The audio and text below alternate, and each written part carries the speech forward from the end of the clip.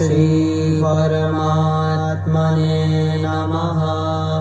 श्रीमद्भगवद्गीतायाम् अथ प्रथमोऽध्यायः।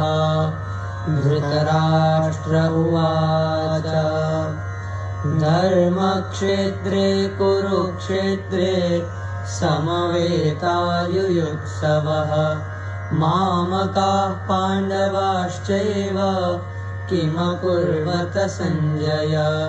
सञ्जय उवाच दृष्ट्वा तु पाण्डवानीकं व्यूढं दुर्योधनस्तदा आचार्यमुपसंगम्य राजा वचनमब्रवीत्। पश्यैतां पाण्डुपुत्राणाम् आचार्य महतीं च मुं व्यूढां द्रुपदपुत्रेण तव शिष्येण धीमता।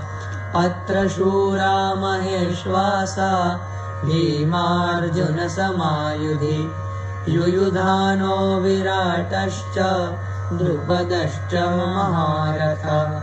दृष्टकेतुश्चेकितानः काशीराजश्च वीर्यवान् पुरुजित् कुन्तिभोजश्च शैब्यश्च नरपुङ्गवः। युधामनुश्च विक्रान्त उत्तमौजाश्च वीर्यवान् सौभद्रो द्रौपदेयाश्च सर्व एव महारथाः। अस्माकं तु विशिष्टाये तान्निबोधद्विजोत्तम। नायका मम सैन्यस्य संज्ञार्थं तान् ब्रवीमि ते।